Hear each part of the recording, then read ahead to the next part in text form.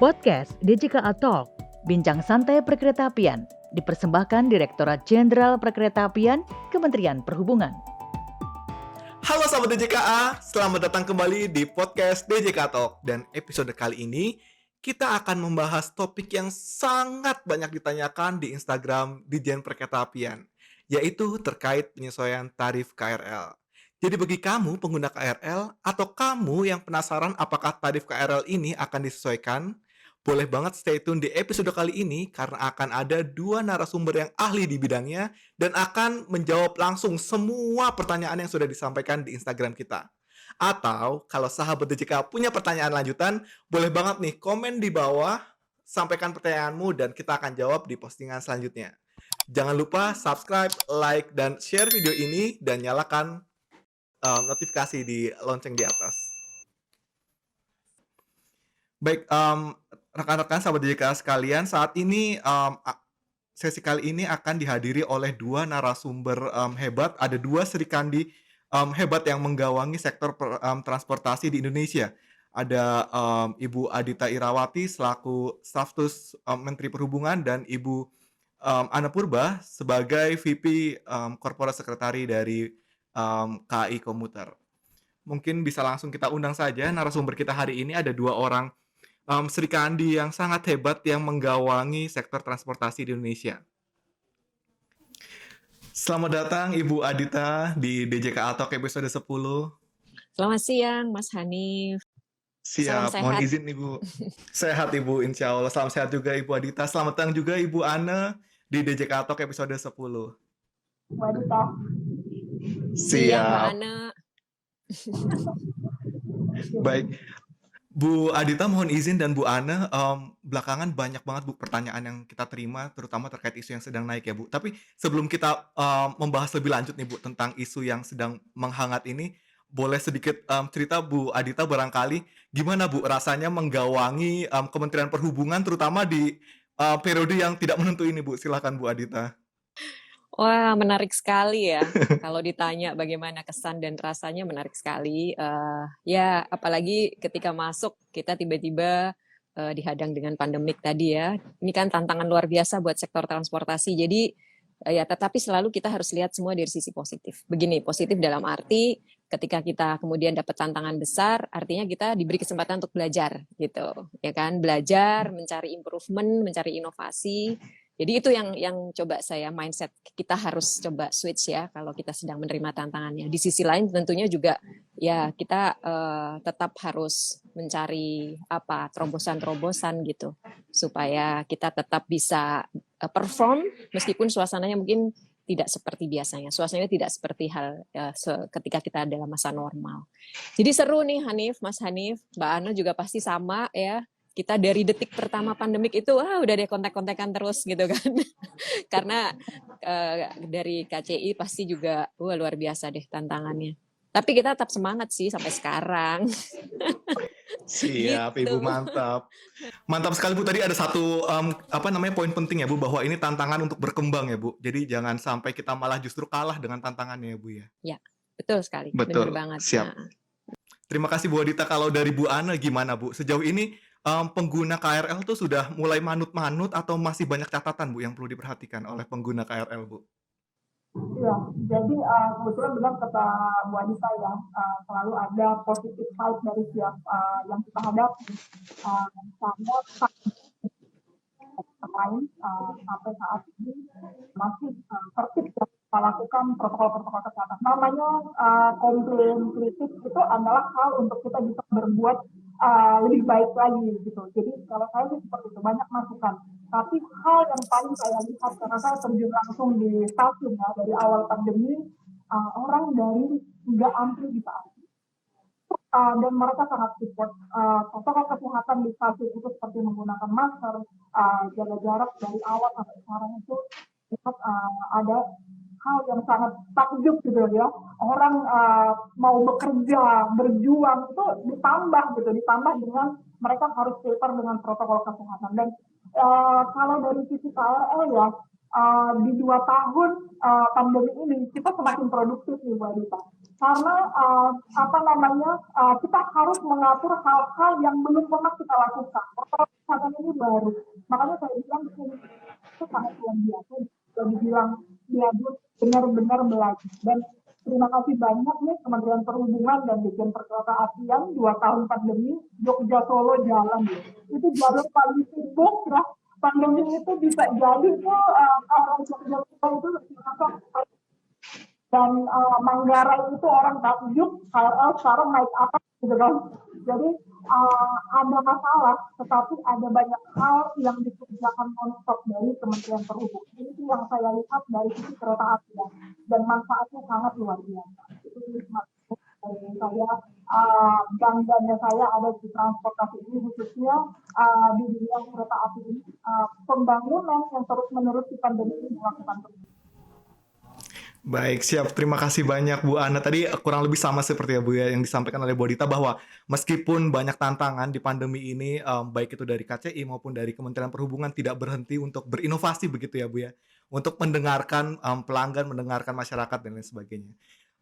Izin Ibu Ana dan Bu Adita, salah satu pertanyaan yang paling banyak disuarakan barangkali, mungkin bukan protes mereka, Bu. Rekan-rekan sahabat DJK ini bukan protes tapi bertanya cuma karena kaget jadi pertanyaannya agak juga bikin kita kaget begitu ya, Bu. Tapi pada intinya adalah banyak masyarakat yang menanyakan tentang penyesuaian tarif KRL. Sebelum kita membahas penyesuaian tarif KRL ini, Bu, ini erat kaitannya dengan pemberian PSO ya, Bu ya. Dari Kementerian Perhubungan melalui DJKA kepada operator, salah satunya KAI Komuter. Mohon izin Bu Adita, mungkin banyak sahabat DJKA yang belum paham sebetulnya PSO itu apa sih Bu, dan bagaimana akhirnya PSO ini bisa turut berkontribusi terhadap pelayanan kereta api di Indonesia. Silakan Bu Adita. Ya, betul sekali. Ini PSO itu setelah kemarin beritanya banyak beredar mengenai rencana penyesuaian tarif, kan PSO istilahnya jadi muncul ya. Banyak yang nggak ngerti gitu. PSO itu apa sih gitu ya. Meskipun singkatannya udah jelas Public Service Obligations. Nah, Public Service Obligations kalau kita terjemahkan literally itu kan adalah kewajiban pelayanan kepada publik ya, atau kepada masyarakat gitu. Nah, ini sebenarnya sebuah bentuk subsidi. Ya, bentuk subsidi, kalau kata subsidi mungkin lebih familiar ya buat sahabat di JKA ya, lebih familiar gitu. Subsidi itu ya sebenarnya literally itu bantuan. Tetapi bantuannya bukan bantuan biasa gitu. Karena PSO ini adalah subsidi yang diberikan dalam rangka penugasan. Nah, pertanyaannya penugasan ke siapa? Penugasan dari pemerintah kepada operator sebuah BUMN gitu. Nah, BUMN seperti KAI Komuter ini namanya aja badan usaha milik negara ya. Badan usaha ini kan punya visi misi juga mengembangkan usaha, mencari keuntungan untuk kemudian dikembalikan lagi supaya bisa membangun dan bisa memberikan pelayanan yang baik. Nah, hal inilah yang kemudian ketika kita bicara soal perkeretaapian, ini kan adalah sebuah moda transportasi yang sekarang ini bisa dibilang favoritnya masyarakat banyak lah. Ya, apalagi kalau bicara kereta komuter perkotaan, itu sepertinya demand-nya luar biasa tinggi. Nah, ternyata dengan adanya demand yang tinggi itu, artinya kan dibutuhkan betul nih sama masyarakat. Ternyata masih ada disparitas atau selisih antara harga yang seharusnya itu, ibaratnya kalau sebuah badan usaha, ya kalau mau istilahnya benar-benar break even point ya, benar-benar impas, itu ada di harga tertentu gitu. Karena kan dia nggak mungkin ya begitu aja ngasih harga murah tanpa kemudian punya keuntungan untuk membangun lagi atau untuk melayani lagi kan. Jadi ada harga yang itu memang harga operasional, biaya operasional. Sementara kita ini punya misi kan melayani masyarakat, memberikan harga atau tarif yang lebih terjangkau. Oleh karena itu, pemerintah menerapkan tarif itu ada selisih dengan sebenarnya tarif yang realnya yang sebenarnya memang harusnya ditetapkan oleh BUMN. Selisih inilah yang kemudian disubsidi lewat PSO tadi gitu. Jadi sekarang kalau saya bilang tarif dari komuter atau tarif dari KRL itu sebenarnya kan harga realnya bisa dibilang berkali-kali lipat dari Rp3.000 yang sekarang dibayarkan oleh masyarakat. Kalau bisa dibilang subsidinya itu sekitar 80%. Bayang nggak? 80% disubsidi pemerintah lewat PSO, dan itu asalnya dari APBN. Gitu. Nah, itu. Jadi PSO itu sebenarnya subsidi yang untuk bisa nutup selisih tarif tadi loh. gitu ya, supaya masyarakat tetap bisa menikmati dengan layanan yang baik, dan kita memberikan penugasannya kepada BUMN yang dalam hal ini adalah PT KAI dan anaknya KAI Komuter. Ini juga dasar hukumnya ada gitu ya. Dasar hukumnya ini adalah Undang-Undang nomor 19 tahun 2003 itu tentang BUMN. Di mana di situ ini pasal 66 ya. Pemerintah itu bisa memberikan penugasan kepada BUMN dalam rangka memberikan layanan yang memang itu dibutuhkan. Kemanfaatan masyarakat yang luas itu jadi prioritas utama. Jadi itu intinya ya, PSO saat ini yang kemudian ditugaskan kepada KAI Komuter ini angkanya luar biasa besar ya. 80% dari tarif yang dibayar oleh masyarakat sekarang itu adalah masih disubsidi lewat PSO. Jadi supaya masyarakat juga tahu ya bahwa mereka menikmati itu ada peran 80% bantuan dari negara gitu. Ya, dan asalnya dari APBN. Sementara kita tahu APBN kan makin lama kini dengan situasi pandemik juga mesti banyak direfocusing untuk membantu pemulihan pandemik. Jadi itu kira-kira latar belakangnya ya Mas Hanif ya, supaya teman-teman sahabat DJKA juga paham bahwa PSO ini sebenarnya tadi adalah peran dari negara hadir lewat BUMN agar layanan masyarakat tetap bisa dinikmati. Tetapi kembali lagi, kita juga nanti kita bahas ya di belakang ya bahwa PSO ini juga penuh tantangan lah gitu loh, ya kan? Kita masih pandemik, banyak yang hal-hal yang mungkin harus menjadi prioritas untuk diatasi menggunakan APBN itu. Begitu, Mas Hanif kira-kira penjelasannya. Baik, siap. Terima kasih banyak Bu Adita atas penjelasannya. Tadi ada hal menarik Bu, berarti sebetulnya permasalahan tarif ini juga sudah ada keterlibatan negara ya Bu, bukan berarti kita diam saja atau bagaimana, tapi memang itu kita sudah berusaha untuk memberikan harga yang terbaik untuk masyarakat begitu Bu. Izin Bu, Betul sekali. kalau memang ya. PSO ini siap. Kalau memang PSO ini sudah setiap tahun disampaikan kepada operator, lalu apa yang membuat PSO di tahun 2002 ini menarik Ibu? Ya, jadi sekali lagi saya sampaikan, kita situasi pandemi kan sudah sejak tahun 2020 ya, tepatnya bulan Maret 2020. Dan pandemik ini makin hari makin dinamis ya sifatnya ya. Pernah suatu saat ini agak lebih baik, di satu saat juga memburuk lagi gitu. Artinya memang masih banyak dinamika dan uncertainty yang bisa jadi kita hadapi ke depan. Oleh karenanya memang APBN negara kita ini sekarang kalau teman-teman sahabat DJKA mengikuti berita ya, ini kan sering sekali kemudian dijadikan prioritasnya untuk membantu masyarakat semuanya agar kita segera bisa pulih dari pandemik. Termasuk vaksinasi itu kan nggak murah ya. Vaksinasi semua gratis loh. Booster ntar lagi juga gratis gitu. Itu dari mana dananya kalau bukan dari APBN, ya kan? Oleh karenanya memang ada beberapa prioritas yang sekarang bergeser. Nah, PSO sebagai bagian juga dari APBN itu, tahun 2022 ini, kalau kita lihat trennya, biasanya itu naik PSO untuk kereta api itu biasanya naik. Nah, setahun ini PSO secara keseluruhan itu turun sekitar 400 miliar dibandingkan 2021. Gitu. Itu yang pertama ya. Sementara sebenarnya tahun-tahun kemarin tuh naik dan bahkan pada saat pandemik pun 2 tahun kemarin itu tetap naik loh. Demi apa sih sebenarnya? Ya demi pelayanan tadi gitu. Karena PT KAI dan tentunya dengan grupnya KAI Komuter juga kan tetap harus beroperasi. Meskipun frekuensi dan kemudian load factor atau volume penumpang itu kan turun drastis. Biaya operasinya tetap harus jalan, harus tetap dijalankan kan, biaya operasi mungkin tidak berkurang, tetapi layanan tetap harus jalan. Jadi artinya ini kita sudah mengalami satu penugasan kepada BUMN di perkeretaapian ini selalu kita berikan yang terbaik dengan angka yang selalu meningkat. Tahun ini ada penurunan meskipun tidak terlalu besar. Dan kemudian ini juga yang harusnya menjadi pertimbangan kami juga di pemerintah, bagaimana ya caranya agar nanti PSO yang turun ini tetap tepat guna, masyarakat tetap menikmati layanan yang baik, tetapi juga tentu ada hal-hal yang harus disesuaikan gitu. Jadi begitu Mas Hanif, ini PSO kita memang menarik tahun ini dan tentunya kita juga harus mempertimbangkan agar PSO ini rata dan adil gitu. Ya, terus terang PSO ini paling banyak kalau bicara kereta api itu memang ada di Jabodetabek, gitu. Karena memang volume penumpangnya lumayan besar, 200 juta loh di PSO kan itu gitu ya. Tetapi kembali lagi ada daerah lain yang juga butuh PSO itu, dan tentunya kita ya sebagai regulator, sebagai juga pemerintah yang diberi mandat untuk membangun infrastruktur ya, tentu kita juga harus memperhatikan daerah-daerah yang lain.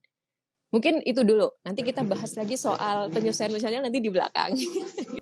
Siap Ibu. Terima kasih banyak Bu Dita. Tadi ada kata kuncinya nih ya untuk sahabat DJKA, kita akan bahas penyesuaiannya di belakang. Jadi pastikan sahabat DJKA terus menyaksikan DJKA Talk kali ini karena akan pembahasannya semakin lama semakin seru ya Bu ya. Ada Bu Adita, ada Bu Aneng yang akan langsung membahas terkait penyesuaian ini.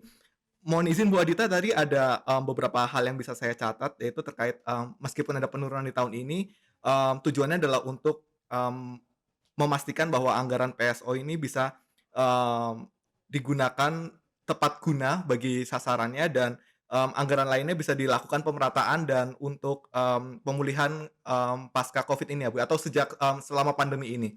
Betul. Begitu ya Bu ya yang bisa saya tangkap tadi. Mohon izin Ya, Bu betul Ane sekali. menyambung dari pembahasan Bu Adita. Lalu bagaimana langkah KCI atau KAI Komuter dalam memaksimalkan pemanfaatan PSO ini untuk meningkatkan pelayanan pengguna KRL? Silahkan Ibu. Ya, terima kasih Mas. Tadi sudah jelas banget Ibu Adita menjelaskan tujuan dari PSO itu. BUMN memang ada untuk, tetapi karena kita masih mengelola PSO, ini juga dibatasi Mas Hanif dari sisi operator. Supaya apa? Supaya PSO itu benar-benar dikembalikan kepada masyarakat. Jadi keuntungan itu sangat dibatasi. Bahkan mungkin bisnis yang kami bangun di luar angkutan penumpang itu menjadi pengurang PSO. Gitu. Jadi kita nggak serta-merta dengan adanya PSO kita mengambil keuntungan sebanyak-banyaknya, tidak. Gitu. Jadi karena BUMN dan Kementerian Perhubungan ini kan khususnya di bidang komuter lain ini adalah pelayanan khusus ya, transportasi. Jadi benar kata Bu Adita tadi bahwa ini yang di cover oleh PSO ini adalah selisih tarif yang sebenarnya kepada pengguna jasa komuter lain. Tahun 2019 itu ada hampir 400 juta penumpang yang mendapat subsidi dalam satu tahun, itu di 2019. 2020 berkurang 200 juta, tetapi justru naik. Ya, kenapa? Karena pandemi, produktivitas masih naik.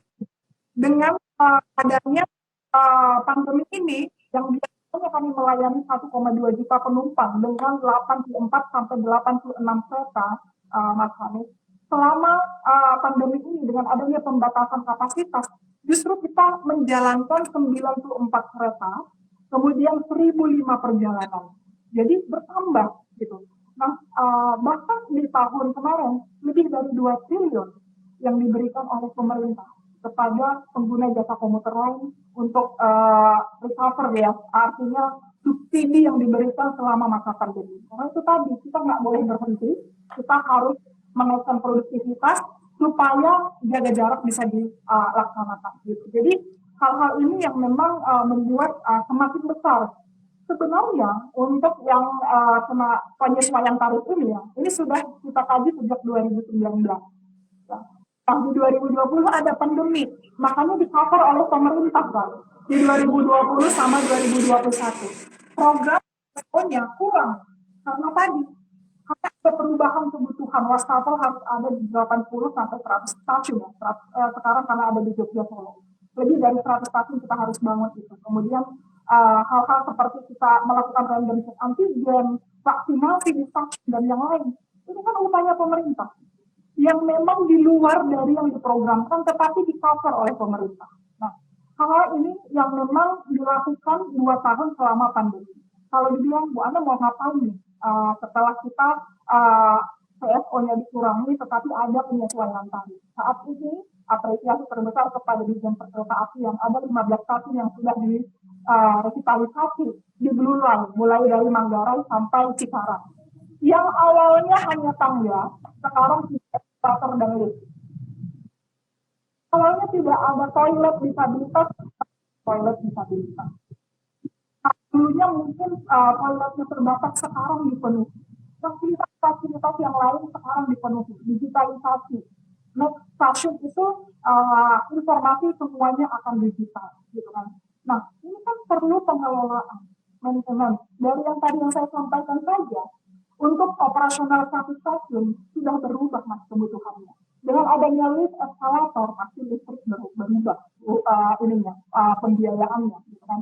Ditambah yang tadi kita tidak akan menurunkan pelayanan. Terbukti sampai jam 10 malam saja kita sudah menjalankan 1.005 perjalanan kereta ya, yang berjalan di Jabodetabek yang sebelumnya masih di bawah 1.000. Artinya semakin banyak kereta yang berjalan, semakin banyak frekuensi, tentu ini juga membutuhkan biaya operasional yang juga akan bertambah, gitu kan. Kemudian di sini kita melihat bahwa di tahun 2022 ini kita akan ada namanya integrasi antar moda, dan ini ada teknologi yang harus kita tingkatkan. Tanpa dirasa, ya, kenapa kita sampai saat ini 1.005 perjalanan, dan sebelumnya di bawah 2019 itu masih 700 perjalanan Bu Adita. Artinya ada teknologi prasarana yang dibangun oleh Dirjen Perkeretaapian dan juga fasilitas oleh KAI Komuter. Kalau nggak bisa jalan, ya kan? Nah, kebetulan di sini KRL kita AKIA 25-10 tahun nggak diganti KRL yang sekarang. Ya.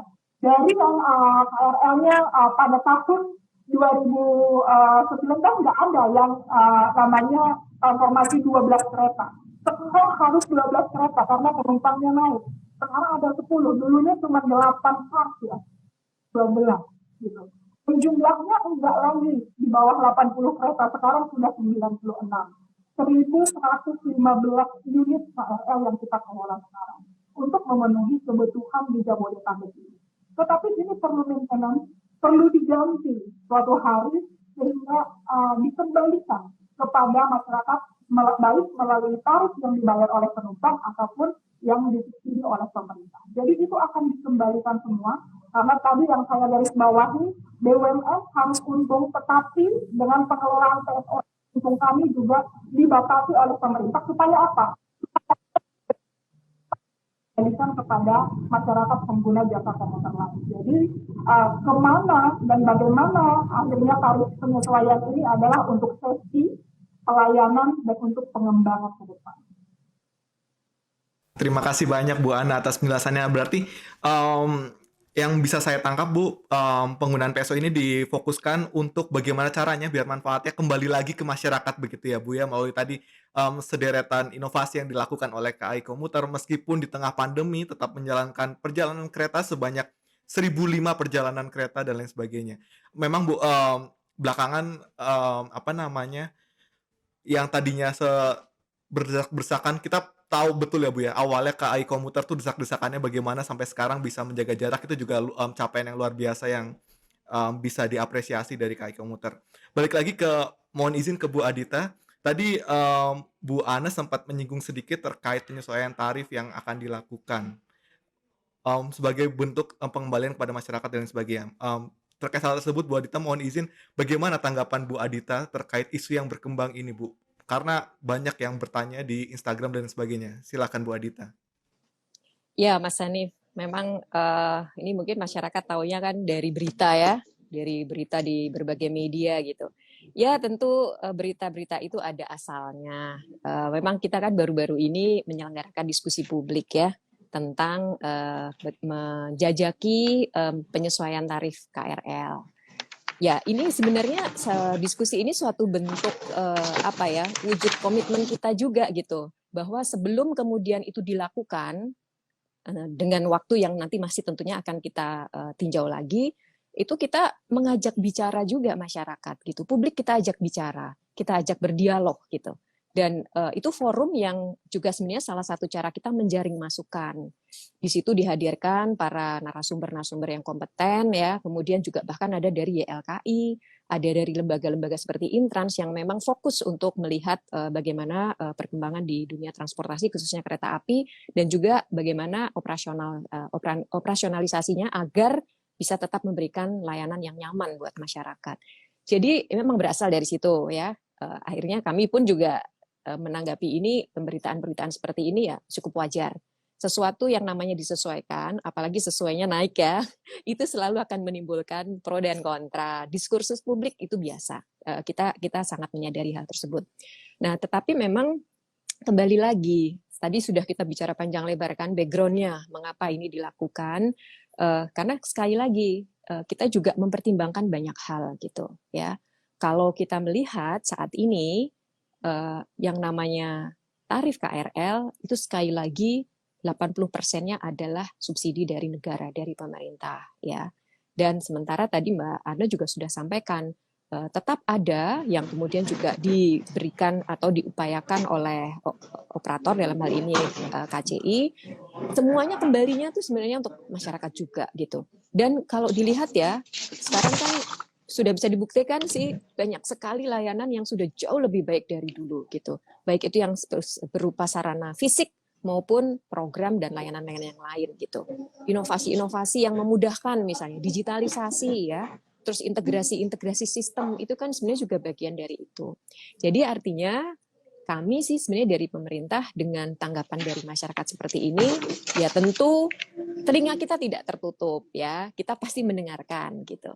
Tapi juga kita mohon masyarakat juga memahami gitu, mengapa ada rencana ini.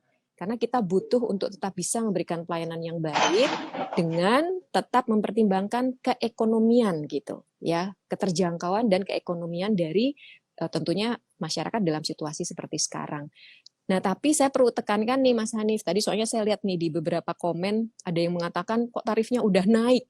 Padahal sampai hari ini dan mungkin sampai beberapa waktu ke depan belum ada rencana itu, masih merujuk kepada Peraturan Menteri Perhubungan Nomor 17 Tahun 2018 ya. Itu artinya masih menggunakan sistem yang sekarang, harga yang sekarang. Jadi jangan khawatir ya, belum. Kita namanya aja menjajaki, kita namanya mencari masukan ya, kemudian juga melakukan kajian-kajian. Ada wacana itu dan bisa jadi akan diterapkan, tetapi tidak sekarang ya. Kalau ada pertanyaannya kapan? Sekali lagi kita pasti mempertimbangkan banyak hal ya. Masukan-masukan masyarakat, wah ini sekarang lagi makin susah, pandemik seperti ini, banyak kehilangan pekerjaan ya, kita dengarkan gitu ya. Tapi juga sekali lagi, sosialisasi seperti ini penting supaya masyarakat tahu juga kalau nantinya itu akan diterapkan, tentu ada alasan yang kuat gitu.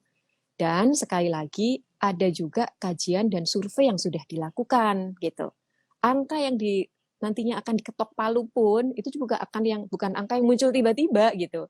Itu angka hasil survei, angka hasil kalkulasi, kita konsultasikan ke para pakarnya, kepada YLKI juga gitu ya.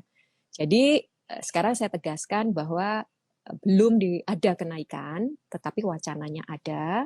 Dan kalau nanti akan dinaikkan, mungkin sekalian kita sosialisasikan, kira-kira angkanya ada di 25 km pertama sekarang kan pengguna membayar Rp3.000 ya. Nantinya yang kita usulkan adalah naik menjadi Rp5.000. Tentu pertanyaan kok segitu Mbak gitu. Ya kita pasti juga nggak ngarang ya. Tadi yang saya bilang itu hasil survei, hasil kajian, dan parameternya banyak gitu. Termasuk kemampuan. Ada yang istilahnya ability to pay, ada yang istilahnya willingness to pay. Jadi kemampuan membayar dibandingkan dengan kemauan gitu. Ya, kemauan untuk membayar. Dan angka itu sudah hasil ramuan dari itu semua dan sudah tentunya dikonsultasikan juga dengan Yayasan Lembaga Konsumen ya. Nah, di kilometer selanjutnya setelah 25 km itu per 10 km tidak ada kenaikan, tetap Rp1.000. Seperti sebelumnya. Sekarang masih seperti itu kan? Dan itu tidak ada kenaikan, tetap sama Rp1.000 per 10 km. Begitu. Jadi ini supaya sahabat di CKA, teman-teman semuanya juga memahami background, memahami tujuan, memahami how to-nya. Nah, masalah waktunya belum sekarang, ya gitu. Gitu Mas Hanif, saya kembalikan. Banyak Bu Rita atas penjelasannya. Berarti ada hal-hal yang perlu ditekankan nih Bu ke sahabat DJKA bahwa wacana ini masih dalam kajian ya Bu. Masih banyak masukan yang perlu kita terima untuk sampai akhirnya nanti kita ketuk palunya. Dan itu pun kita belum tahu kapan akan menentukan penyesuaian ini. Begitu ya Bu ya? Betul sekali. Siap. Jadi bagi sahabat DJKA nih yang Mas ingin Hanif, menyampaikan. Saya siap? tambahin dikit ya. Boleh Ibu, silakan. Boleh, Kalaupun boleh. nanti itu memang sudah akan kita putuskan, tentu akan ada masa sosialisasi yang cukup gitu. Nggak tiba-tiba terkejut-kejut masuk ke stasiun dan wah kok sudah dipotongnya banyak banget. Tidak, pasti ada sosialisasi. Nanti pasti Mbak Ana juga akan pasti sibuk lagi tuh untuk sosialisasi ya. Terus juga mungkin bahkan bisa saja nanti banyak diskusi-diskusi lagi supaya tadi ya masyarakat terkondisikan gitu. Jadi kita juga pasti tidak akan tiba-tiba dan mendadak, tidak mungkin. Itu Mas Hanif. Siap. Terima kasih banyak Bu Adita atas tambahannya. Dan terima kasih Ibu untuk mengangkat topik sosialisasi karena izin saya akan berlanjut ke topik selanjutnya ke Bu Ana terkait sosialisasi yang tadi sudah sempat disinggung oleh Bu Adita. Mohon izin Bu Ana, lalu bagaimana nanti upaya KCI atau KAI Komuter untuk meyakinkan masyarakat bahwa kalaupun akan dilakukan penyesuaian tarif ini adalah langkah terbaik yang dapat dilakukan dan akan berdampak positif juga kepada masyarakat. Silakan Ibu Ana. Yang pertama adalah sebenarnya yang APP dan WTP ya, eligibility dan willingness itu setiap tahun kita lakukan bersama DJKA. Supaya kita tahu nih sebenarnya tarif yang sekarang ini masih relevan nggak dengan kebutuhan. Kita sudah tahu sebenarnya dari tahun 2019 ini ketika pemerintah punya program revitalisasi stasiun menambah kapasitas dan yang lain, kita sudah prediksi bahwa kita membutuhkan biaya yang pandemi ini makin tinggi gitu kan. Jadi ini yang pertama kita lakukan. Kalau masalah sosialisasi, kalau tadi Mas Hanif juga pagi ini kita ketemu dengan komunitas-komunitas dari pengguna jasa komuter lain di semua lain ya. Tadi ada Tiga Raksa datang, Bogor datang, Bekasi datang, komunitas yang jalur 5 itu datang buat kita dan memberi masukan dan appreciate banget ya. Komunitas ini sangat mendukung ya Mas Hanif ya. Mereka sangat support gitu. Ini benar-benar penumpang yang kita temui ya. Kemudian kalau boleh saya kasih tahu, 1 tahun ini sebenarnya kita sudah SGD yang ke-6 kemarin yang online ya. Jadi itu adalah SGD yang ke-6. Artinya apa? Pemerintah ini sangat terbuka mendengar masukan ya. Jadi Pak Dirjen datang, Pak Danto datang, Pak Menhub waktu itu datang ya, waktu kita di Pasifik itu online pada saat itu Bapak mau loh datang untuk mencoba untuk sosialisasi apa saja perkembangan perkereta apian ke depan dan bagaimana PSO ini bisa diterapkan kepada masyarakat. Kemudian kita itu juga datang Bu Adita ke komunitas-komunitas membuat kegiatan gitu ya. Waktu 2020 itu sempat off karena kita benar-benar panik dengan COVID kan waktu 2020. Di 2021 ini kita sudah menemui sebenarnya kemudian SBB dengan teman-teman dari DJKA. Jadi sudah pertemuan dengan komunitas gitu. Jadi upaya melakukan sosialisasi ini dan mereka memiliki experience terhadap apa yang dilakukan. Yang saya melihat signifikan. Kalau dibilang gini Bu Adita, jadi kan jalur-jalur kita itu jalur-jalur sibuk. Nah, pas waktu pandemi itu kan ada perjalanan antar kota yang dikurangi. Sehingga percepatan itu bisa dilakukan. Nah itu tadi yang saya bilang, saya nggak bilang bahwa pandemi ini positif banget ya. Kita tahu dampaknya sama kita, tapi ada sisi lain bahwa perkembangan perkereta apian di masa pandemi luar biasa. Gitu. Nah ini kan artinya prediksi kita di dalam pengembangan ini, Mas Hanif, kita sudah prediksi di tahun 2019. Masuk pandemi, artinya ada hal juga edit value dari pelayanan itu yang harus kita tambahkan di dalam menjalankan PSO ini. Jadi saya pikir di dalam safety, kemudian pelayanan dan perkembangan tadi adalah hal yang harus kita pertanggungjawabkan ketika penyesuaian tarif ini dilakukan. Tadi kita sudah dengar banyak masukan tarif-tarif seperti bagaimana kalau misalkan di bawah 25 km Bu Anda hanya 2 stasiun. Hal kayak gitu kan insight yang benar-benar datang dari pengguna. Sehingga tadi yang Bu Adita bilang, kajian itu semakin lengkap nih. Sehingga tadi untuk implementasi penyesuaian ini, nanti orang nggak kaget-kaget. Karena kita sudah mengambil banyak masukan langsung dari pengguna jasa komuter lain. Komitmen kita, saya rasa kita sepakat bahwa penyesuaian tarif ini adalah untuk keselamatan, kemudian untuk pelayanan, dan untuk pengembangan ke depan. Terima kasih banyak Bu Ana atas penjelasannya. Iya tadi seru sekali Bu, apa namanya diskusi kita pagi ini yang di Cikini memang mungkin nanti bisa ke depan bisa kolaborasi baik itu dengan kami di Dijen KA maupun dengan Kemenhub timnya Bu Adita. Begitu ya Bu, izin Bu Adita. Jadi kita memang perlu, saya sepakat Bu, ada hal yang perlu kita lakukan untuk sosialisasi baik itu melalui jalur-jalur komunitas maupun ke masyarakat umum, diskusi terbuka begitu Ibu. Ya. Mohon izin Bu Adita dan gimana Ibu? Siap. Ini komunitasnya besar banget ya. Siap, Dan betul mereka Ibu. dan ini adalah teman-teman kita ya yang bisa kasih masukan banyak dan bisa membantu kita untuk mensosialisasikan itu. Jadi ini adalah komunitas yang loyal dengan terus hati kalau saya bilang. Siap betul Bu. Banyak yang memang kalau terutama kalau kita upload di IG nih Bu soal update-update perkembangan pembangunan itu banyak yang antusias memang Bu. Jadi memang kita punya sahabat banyak sebetulnya ya Bu ya, baik itu online maupun offline. Siap. Mohon izin Bu Adita dan Bu Ana, sepertinya ini sudah mulai masuk ke tahap penutupan ya Bu ya. Karena memang waktunya sudah mepet sekali ini. Tapi ini ada satu pertanyaan dari fans garis kerasnya Bu Adita dan Bu Ana. Dari akun Instagram @cakpen. Mungkin familiar ya Bu ya. Dari akun Instagram @cakpen. Ini bertanya khususnya mungkin untuk Bu Ana, kapan Bu kira-kira KRL dan stasiun disediakan WiFi gratis? Singkat saja Bu, ini pertanyaan dari Pak Cakpen nih perlu dijawab sepertinya. Ada titipan, silakan Ibu. Sebenarnya juga pertanyaan Pak Dirjen ya. Siap Ibu. Dirjen beberapa stasiun sudah ada yang memang kita siapkan WiFi ya untuk uji coba. Kemudian untuk KRL ini mudah-mudahan nanti kita bisa bekerja sama dengan mitra-mitra kita karena challenge-nya adalah KRL ini bergerak dengan cepat. Untuk persinyalan pasti kita membutuhkan teknologi repeater yang memang dibutuhkan di sana. Tapi WiFi ada baik, kebayang nggak sih di dalam satu rangkaian itu ada 2.000 ya 2.000 orang kalau dia 12 kereta gitu kan akses WiFi secara bersama.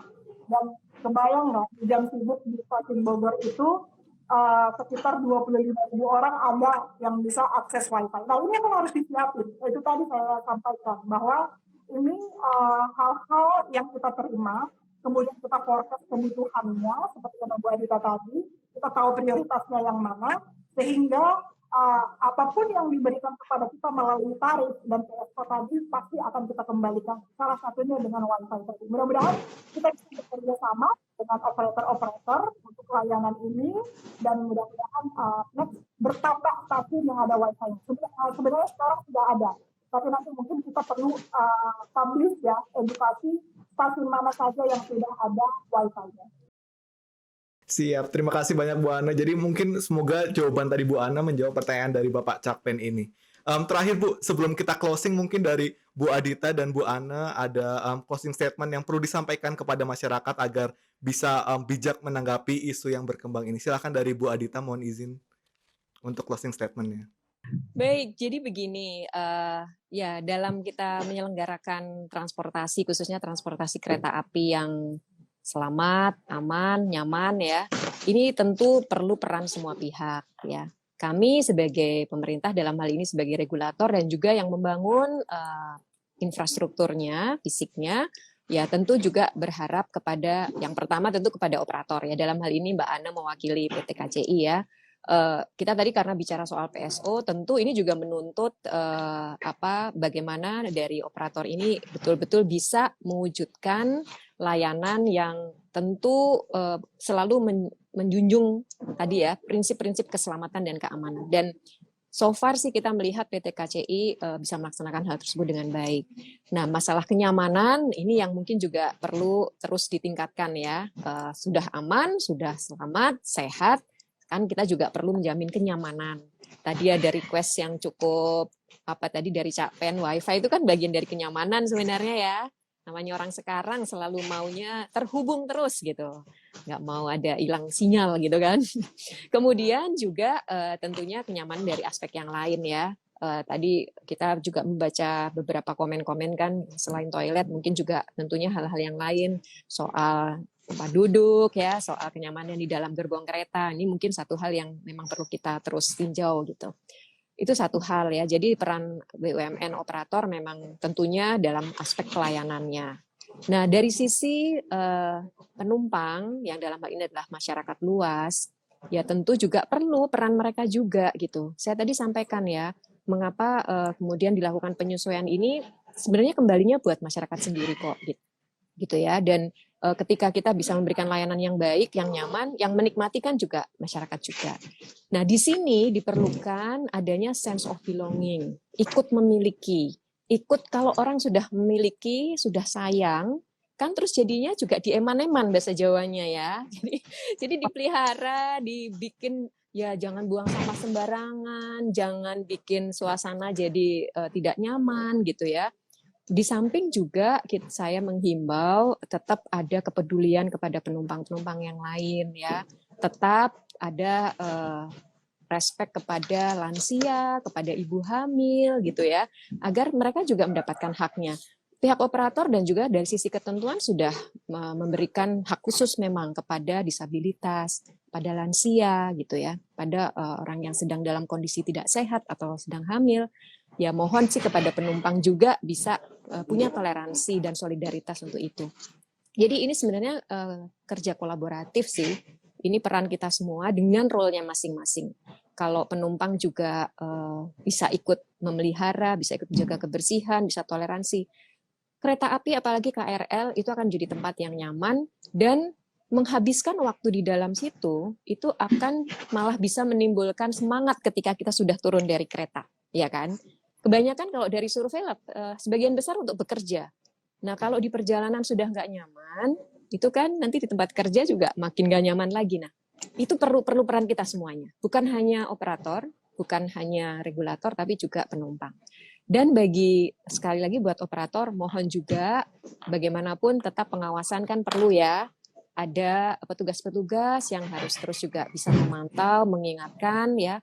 Apalagi sekarang mungkin ada beberapa case misalnya ya terjadi kejadian-kejadian itu perlu peran dari operator dan petugas-petugas pengawas untuk bisa mengatasi gitu. Itu Mas Hanif dari saya. Jadi sekali lagi ini kerja kita semuanya untuk mewujudkan kereta api yang aman, nyaman ya, yang sehat. Jadi mari kita mainkan atau kita perankan roles kita masing-masing dengan baik. Gitu. Baik, siap. Terima kasih banyak Bu Adita. Jadi kuncinya sinergi dan kolaborasi ya Bu, termasuk untuk masyarakat dalam menjaga fasilitas yang sudah disediakan, begitu ya Bu ya? Ya. Siap, terima kasih Bu Adita. Mohon izin Bu Ana, ada closing statement untuk rekan-rekan sahabat DJKA yang ikut nonton Ibu, silahkan. Ya, sahabat DJKA yang juga di sini komuters ya. Terima kasih supportnya untuk sampai saat ini. Kritik dan saran saya setuju sekali adalah area to improve-nya kita. Seperti tadi ya, ada yang bisa kami perbaiki saat itu juga, tetapi ada juga yang membutuhkan waktu. Sehingga tidak ada satu masukan atau kritikan yang kami lewatkan sampai saat ini. Hanya mungkin implementasinya ada yang bisa cepat dan ada yang butuh waktu. Dan komitmen kami di dalam menjalankan operasional KRL ini adalah yang pertama keselamatan. Kemudian kami pasti akan mengembangkan layanan dan pasti juga kita akan melakukan tadi Bu Adita dari aman, selamat itu nantinya akan menjadi kenyamanan sehingga kebutuhan pengguna jasa komuter lain ini bisa tercukupi. Saya mohon support teman-teman untuk mendukung program ini. Karena apa? Kebetulan saya anak rantau, ya orang Medan. Saya juga punya mimpi Medan punya KRL. Jadi bagaimana caranya kita mensupport pemerintah dengan hal kecil adalah mensupport untuk penyesuaian tarif ini supaya KRL bisa melayani di Sumatera, Jawa, Kalimantan, Bali, bahkan sampai ke Papua. Karena itu tujuannya kan, gitu. Nah, kepada pengguna jasa komuter lain, kita pelihara yuk yang sudah dibangun oleh pemerintah, khususnya stasiun-stasiun revitalisasi. Kita harus bekerja sama supaya bisa merawat stasiun-stasiun bagus ini, karena teman-teman saya selalu ingatkan transportasi itu adalah salah satu wajah keberadaban suatu bangsa. Jadi melalui komuter lain ini, upaya pemerintah ini kita harus dukung supaya kita bisa bangga memiliki layanan kereta api khususnya komuter lain. Baik, terima kasih banyak Bu Ana atas closing statement yang disampaikan tadi. Ada satu hal yang menarik bahwa transportasi adalah wajah peradaban bangsa. Dengan mungkin dengan berakhirnya closing statement yang disampaikan oleh Bu Ana, berakhir juga Ibu sesi kita kali ini. Terima kasih banyak atas waktu yang diluangkan Ibu Adita dan Bu Ana. Siap. Terima kasih banyak Ibu Adita dan Bu Ana atas waktunya dan kehadirannya. Wah, nggak kerasa nih udah 1 jam kita ngobrol bareng Bu Adita dan Bu Ana di episode kali ini. Semoga obrolan kita tadi menjawab semua pertanyaan sahabat DJKA terkait penyesuaian tarif KRL. Dan perlu ditekanin lagi nih sahabat DJKA bahwa penyesuaian tarif KRL masih dalam tahap kajian. Jadi pastikan sahabat DJKA ikutin terus infonya di Instagram @dijenperkeretaapian, Twitter @perkeretaapian, atau YouTube Dijen Perkeretaapian. Sekian dulu episode DJKA Talk kali ini. Saya Hanif dan pamit undur diri. Sampai jumpa di episode selanjutnya. Dadah! Podcast DJKA Talk, bincang santai perkeretaapian, dipersembahkan Direktorat Jenderal Perkeretaapian, Kementerian Perhubungan.